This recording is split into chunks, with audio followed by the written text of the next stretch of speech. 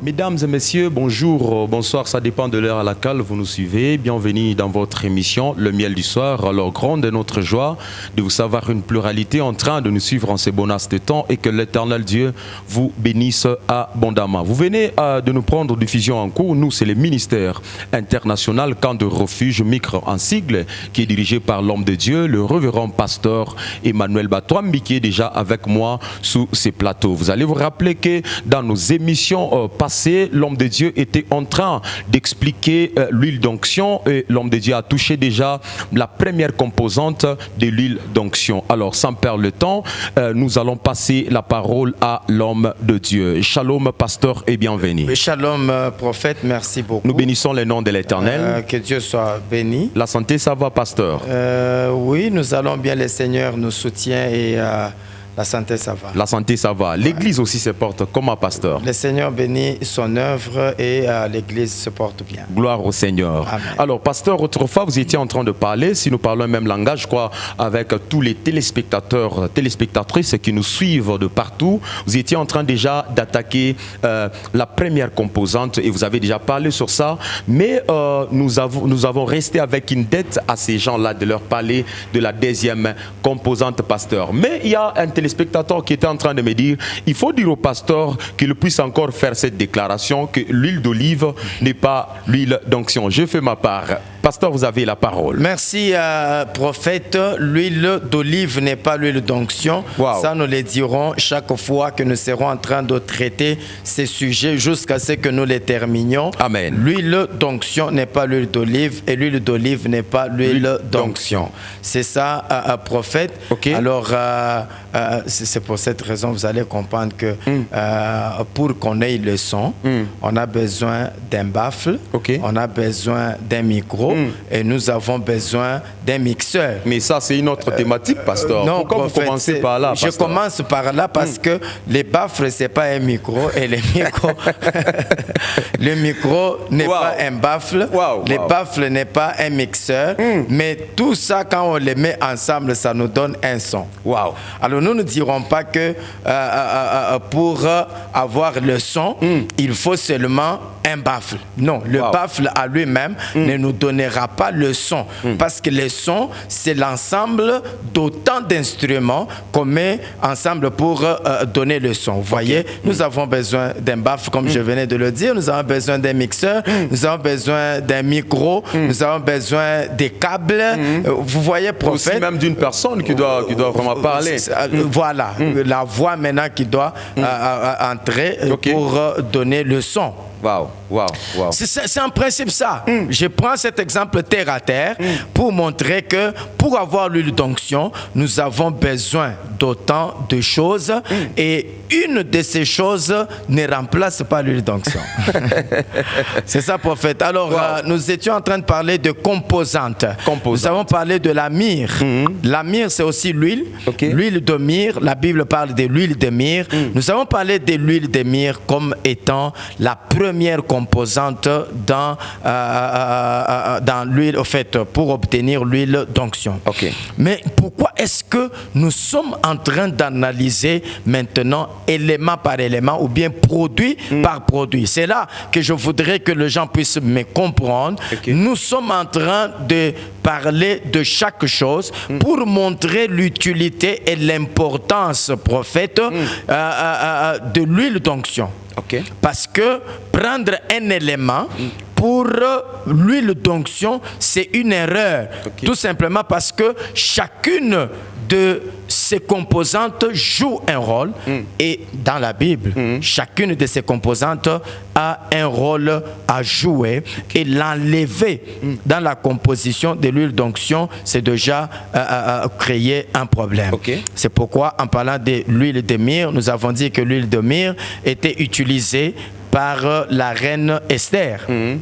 Non pas seulement elle, mais toutes les filles qui étaient en train de défiler devant le roi Assuérus pour être choisies comme étant la reine. Elles étaient préparées pendant 12 mois avec l'huile de myrrhe.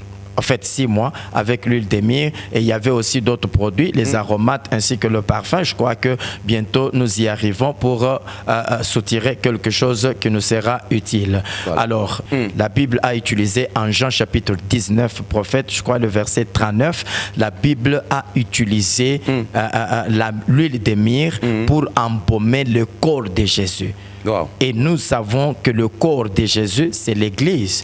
Mais si le corps de Jésus a été embaumé avec l'huile de myrrhe, c'est déjà l'Église qui avait été embaumée avec l'huile de myrrhe. Ça veut dire embaumer l'Église avec l'huile de myrrhe, c'est aider l'Église à faire disparaître les mauvaises odeurs, parce que les mauvaises odeurs, c'est le péché. Très important. Ainsi, l'huile de myrrhe amène comme la sanctification, parce que en Éphésiens chapitre 5, le verset 25, Jésus a besoin d'une église glorieuse, sans tache, et c'est celle-là avec laquelle il va faire les noces ou les mariages. Très important. Voilà, prophète, je crois que nous pouvons passer au deuxième produit. On peut y aller, pasteur. Merci. Alors, le deuxième produit, c'était le cinnamome aromatique. Je crois qu'il faut toujours lire ce verset, parce que c'est le verset de base, Exode chapitre 30, le verset 22. Exode chapitre 30, le verset 22. Ouais. La Bible dit, l'Éternel parla à Moïse et dit, prends des meilleurs aromates, 500 cycles de myrrhe, de celles qui coulent d'elles-mêmes. 500 cycles de myrrhe, de celles qui coulent d'elles-mêmes. Oui. La moitié, soit 250 cycles de cinnamome aromatique. Prophète, vous savez, on n'a pas tellement le temps pour expliquer aussi ces mesures-là. Vous voyez? Ici, ça fait. Ici, ça fait 5. C'est parce que Dieu travaille avec toutes ces choses-là. Wow, Dieu travaille avec toutes ces choses.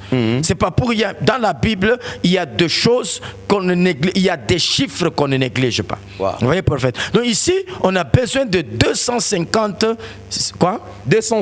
cycles de cinnamome aromatique. Voilà. Mais parlons maintenant de cinnamome aromatique. C'est quoi les cinnamome aromatiques? Les cinnamome aromatiques, prophète, c'est l'écorce d'un arbre. L'écorce d'un arbre. Ouais, parce que quand on parle de cinnamome, on voit un arbre. Et quand on parle de cinnamome, on parle en fait de l'écorce d'un arbre. Mais cette écorce-là, c'est comme l'écorce de l'intérieur de l'arbre. Wow, très important. Ouais, parce qu'il y a ce qu'on appelle les écorces externes, mais aussi les écorces internes, parce qu'un arbre a plusieurs écorces. Ouais. Un arbre a plusieurs écorces. Mais prophète, l'écorce, cinnamome comme écorce, c'est comme un tissu ayant, en fait, comme une écorce, mais ayant deux tissus. Deux tissus. Ouais. Wow. C'est comme l'écorce, mais cette écorce a deux tissus. Ça veut dire les tissus externes et les tissus internes. Parce que tout ça, c'est vraiment important et c'est prophétique. Voilà. Dieu ne recommande jamais les choses pour recommander. Non. Au hasard. Non. Dieu, vous savez, Dieu est très intelligent. Dieu est très intelligent. C'est pourquoi son intelligence nous échappe, sa sagesse nous échappe, sa divinité nous échappe. Vous voyez, prophète. Donc ici, quand on parle de cinnamome aromatique, on parle de l'écorce d'un arbre, et cette écorce-là a des tissus.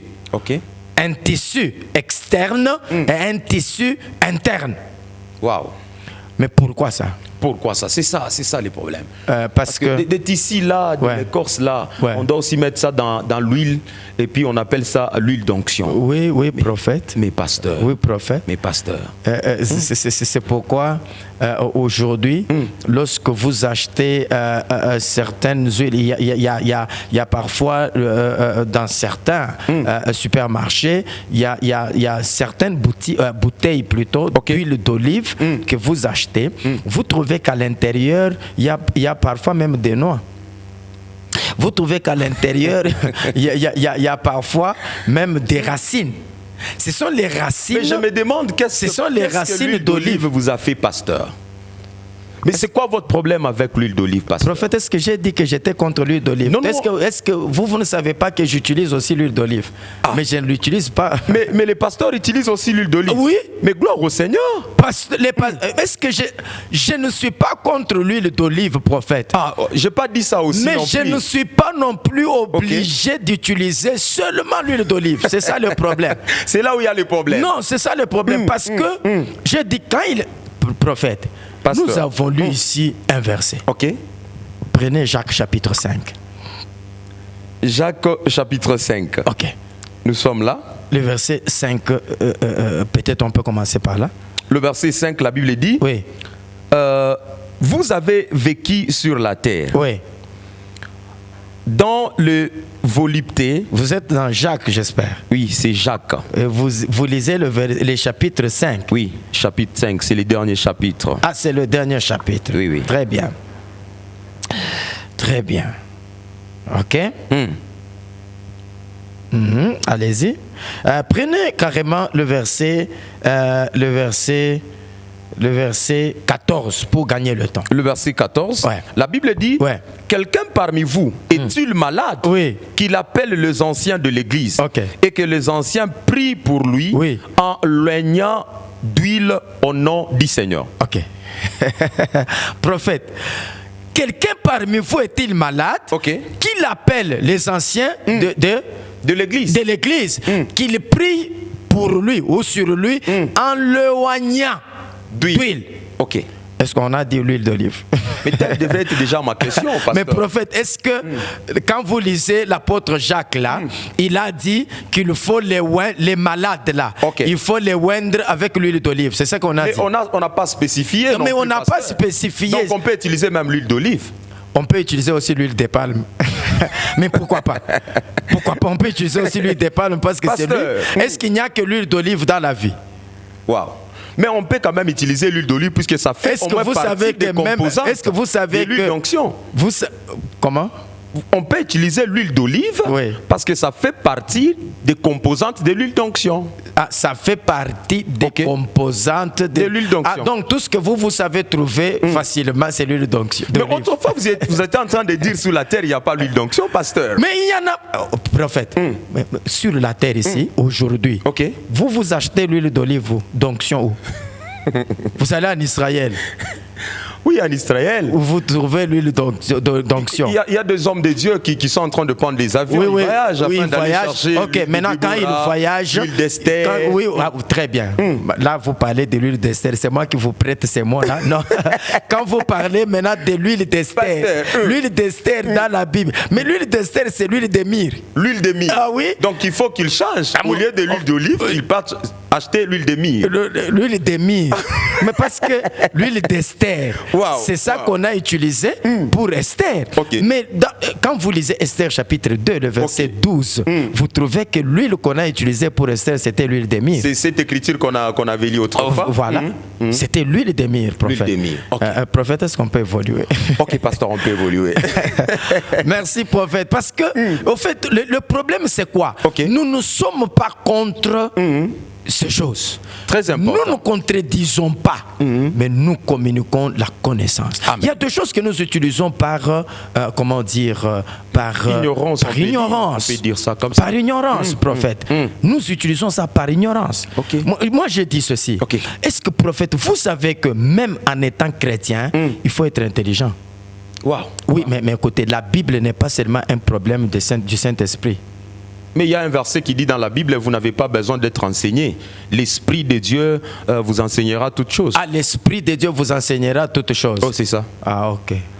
Et on dit tout, c'est-à-dire la totalité. Donc, c'est-à-dire que vous n'avez pas besoin même d'aller à l'école. Ah, ok. C'est pas moi, c'est la Bible aussi. La Bible dit que le Saint-Esprit, quand il viendra, il vous enseignera toutes choses. Ok.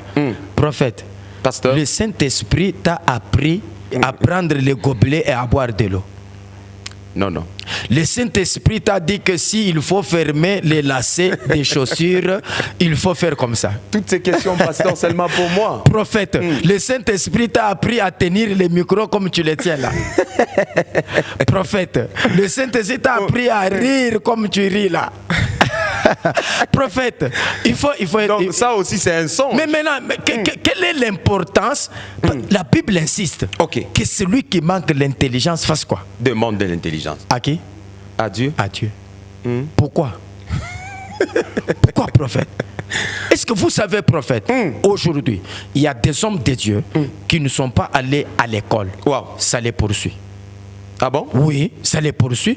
Il y a plusieurs aujourd'hui, il ne peut prêcher qu'en Swahili. Mais il ne peut prêcher qu'en Swahili parce qu'il ne maîtrise pas le français. Il n'est pas allé à l'école, le Saint-Esprit ne lui apprend pas le français. Mais il a quand même l'onction. Oui, mais que le Saint-Esprit lui apprenne le français. Comme ça, quand il se tient à la chair, il ouvre la bouche. Ça, il faut aller étudier. Ah donc, le Saint-Esprit ne vous apprend pas tout.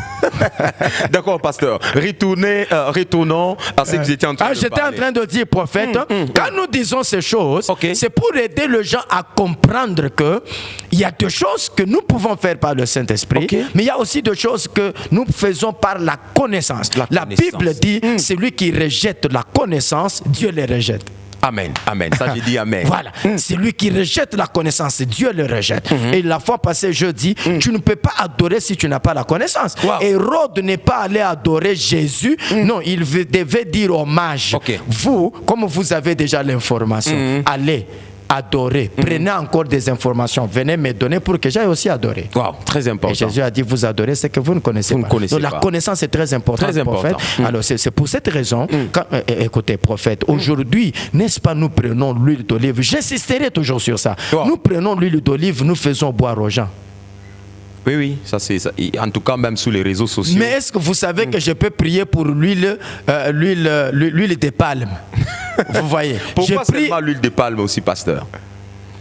Est-ce qu'il y a un secret là dans l'huile de palme? Ici, dans notre pays, est-ce que nous avons les oliviers? En tout cas, ça il faut... Mais nous avons les palmiers. Prophète, est-ce que vous savez pourquoi la Bible parle? Ça commence à devenir intéressant. Très intéressant. Vous savez pourquoi Jésus a fait la Sainte Seine avec le pain? Pourquoi? Parce que le pain, c'est l'aliment de base là-bas. Mais ici, l'aliment de base chez nous, c'est le foufou. Le foufou. Oui. Mais pourquoi Jésus a multiplié les pains et les poissons? Pourquoi? Parce que les pains, c'est leur aliment de base, prophète. Ici, chez nous, si Jésus était dans notre milieu, il allait nous multiplier les poissons et les foufous. Les gens allaient manger les foufous, prophète. Jésus allait dire, est-ce qu'il y a quelqu'un qui a une boule de foufou? En tout cas. Oui, prophète. Nous devons comprendre toutes ces choses. Très important. Ça veut dire que je peux prendre l'huile de palme. Je prie pour ça. Je fais boire quelqu'un. Et d'ailleurs, là, je n'aurais même pas de problème parce que l'huile de palme n'a pas de date d'expiration. Mais mon problème, c'est date d'expiration avec l'huile d'olive qu'on peut avoir acheté et qui devait expirer en 2018. Nous sommes en 2022, je fais boire quelqu'un, ça fait 4 ans. C'est un poison. Oh là là. C'est un poison, prophète. Et quand vous prenez du poison, vous allez mourir. Vous savez combien de pasteurs sont morts? Parce que les gens interprètent mal les Écritures. Voilà, la Bible dit vous marcherez sur les scorpions et sur les serpents. Donc quand tu vois un serpent en train de passer, tu dis non, il faut marcher dessus. Attention, quand on dit vous marcherez sur les serpents, ça veut dire vous aurez de l'autorité sûre. Ce n'est pas prendre ton pied et aller marcher. Tout ça, ça demande la connaissance. Mais ça demande la connaissance. Voilà le pourquoi de l'émission Miel du soir. Le miel du soir amène la lumière, pour que les yeux puissent s'ouvrir, qu'on puisse avoir les yeux de la colombe, parce que les yeux de la colombe, ce sont les yeux blancs. Et blanc, la couleur blanche, c'est la lumière, selon Matthieu chapitre 17, le verset 1er à 3, prophète. Très important, pasteur. Merci. Parlons des cinnamons. Voilà. Et en parlant des cinnamons, prophète, je parlais des tissus. D'écorce. Ces deux tissus d'écorce, il y a un tissu externe et un tissu interne. Cette écorce-là, c'est Jésus. C'est Jésus. Mais est-ce qu'il y a les Écritures qui prouvent cela? Prenez Luc chapitre. Est-ce que vous savez que Jésus c'est un arbre? Jésus, c'est un arbre. Oui. Mais vous allez nous les prouver ici. Prenons Luc. Luc chapitre 23. Luc chapitre 23. Ouais. Le dernier verset, c'est quel verset là-bas? Le dernier verset, c'est le verset 56. Lisez-moi le verset 31. Le verset 31. Ouais. Je suis là. La Bible dit, oui. Car si l'on fait ces choses, au bois vert, qu'arrivera-t-il au bois sec? Jésus ici, il se place comme étant le bois vert, et il nous place nous comme le bois sec. Donc Jésus, c'est un arbre. Ok. Là, on a si ça ne vous suffit pas, je donne un autre verset pour faire. Job. On ne peut pas condamner quelqu'un sur base d'un seul témoin. Il faut 2 ou 3 témoins. 2 ou 3. Oui, Job chapitre 14. Prenons le verset 7e. Job 14, le verset 7. Oui. La Bible dit, un arbre a de l'espérance. Mais d'où est-ce que vous avez vu? Parce que espérer, c'est s'attendre à un miracle, s'attendre à quelque chose qui vient. C'est ça, espérer. Mais l'arbre va espérer comment? Un arbre a de Mais c'est un homme, il n'y a pas... L'espérance, c'est pour les hommes ou bien pour les arbres, non? Pour les hommes? C'est pour les hommes. C'est pour les hommes. Parce que la Bible dit, je crois, en 1 Corinthien. Ouais, 1 Corinthien. On peut lire, prophète. J'aime ça. Voilà. 1 Corinthiens, chapitre 13, le verset 13. 1 Corinthiens, chapitre 13. Le verset 13. Le verset 13. Ouais. La Bible dit... Maintenant donc, ces 3 choses demeurent. La foi, l'expérience, la charité. Vous voyez? Les 3 choses demeurent. Ces 3 choses qui demeurent, c'est pas pour les arbres ou pour les animaux, non. Ça c'est pour les hommes. Prophète, ces 3 choses qui demeurent, c'est quoi? C'est la foi. La foi. Est-ce qu'un arbre peut avoir la foi? L'espérance. Est-ce qu'un arbre peut avoir l'espérance? Mais Job maintenant nous dit ceci: un arbre a de l'espérance. Wow. Dans son espérance, si on les coupe, il les repousse. C'est ça. Vous voyez? C'est ça que Job dit. Si on les coupe, il les repousse. Mais prophète, l'arbre qui a de l'espérance ici, c'est Jésus. C'est Jésus. Ouais, parce qu'on l'a coupé. Et puis il a repoussé. Comment on l'a coupé? Mais comment on l'a tué. On l'a tué. C'est coupé. Parce que couper l'arbre, c'est les tuer. Couper l'arbre, c'est les tuer. Mais quand Jésus ressuscite, c'est ça repousser. Prophète, quand on coupe l'arbre, on a tué cet arbre-là.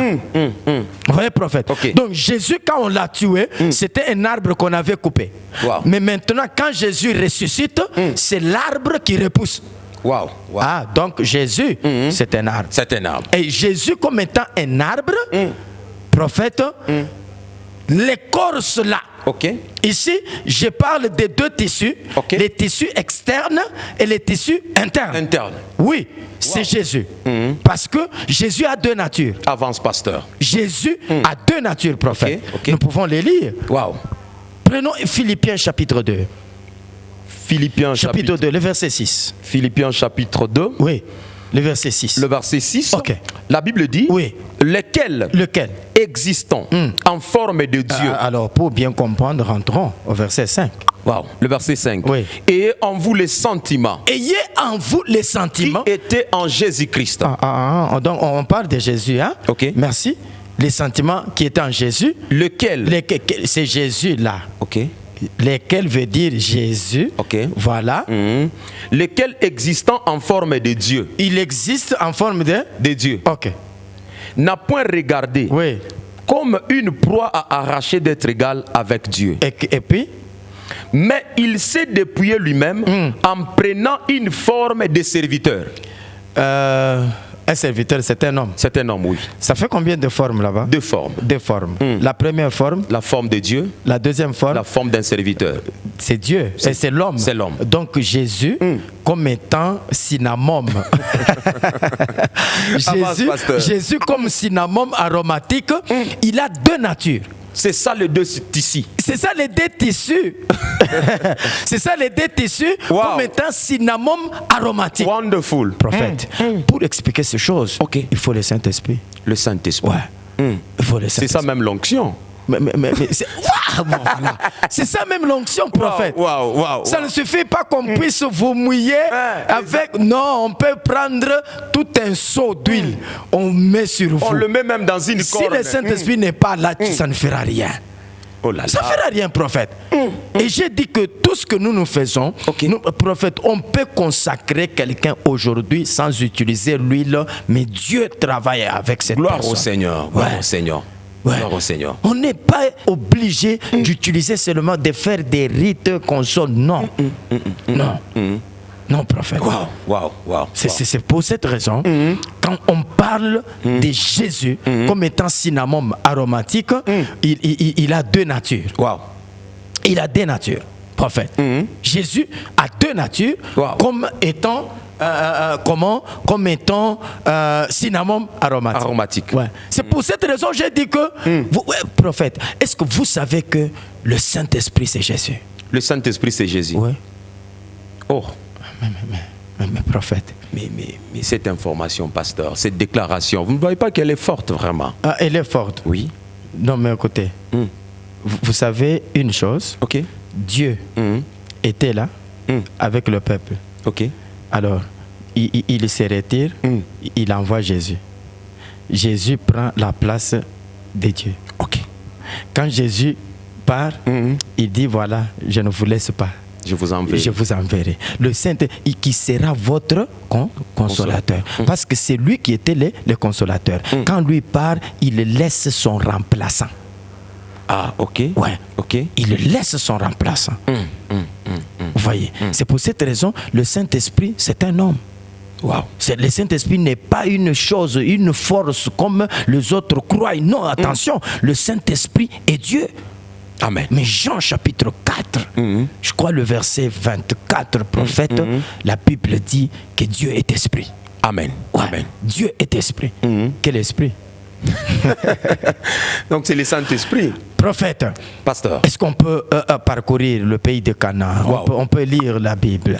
Allons en Lévitique chapitre 14. Lévitique chapitre 14. Prenez le verset 5. Le verset 5. Alors je suis là. La Bible dit, les sacrificateurs ordonnera qu'on égorge l'un des oiseaux. Prophète, on rentre un peu alors au premier verset, mais soyez un peu rapide dans l'Éternel parla à Moïse et dit, voici quelle sera la loi sur le lépreux. Ça, ici c'est pour faire la sanctification du lépreux. Pour les jours de sa purification, on l'amènera devant les sacrificateurs. Les sacrificateurs sortira du camp et il examinera le lépreux. Si le lépreux est guéri de la plaie de la lèpre, le sacrificateur ordonnera que l'on prenne pour celui qui doit être purifié des oiseaux vivants et pires. Très bien, prophète, ça j'aime. Le sacrificateur va ordonner pour purifier le lépreux. Il faut que le sacrificateur ordonne qu'on prenne deux oiseaux vivants. Deux oiseaux vivants, prophète. Mais qu'est-ce qu'on va faire avec ces deux oiseaux? Des oiseaux vivants et pires, du bois de cèdre. Maintenant, on prend le verset 5. Le sacrificateur ordonnera qu'on égorge l'un des oiseaux. On ne va pas tuer tous les deux oiseaux. On tue un oiseau, on laisse un autre oiseau vivant. Je sentais déjà un pourquoi en train de monter, mais je crois que ça va venir. Ça va venir. Qu'on égorgera l'un des oiseaux sur un vase de terre, sur de l'eau vive. Allez-y. Il prendra l'oiseau vivant. Le bois de cèdre, le cramoisi et l'hysope, et il les trempera avec l'oiseau vivant dans le sang de l'oiseau égorgé sur l'eau vive. Après, il en fera 7 fois. Combien de fois? 7 fois. Pour atteindre la perfection. Mais pasteur, nous sommes... Allez-y, allez, prophète. Vous voulez déjà... Faute de temps. Faute de temps, pasteur. Prophète.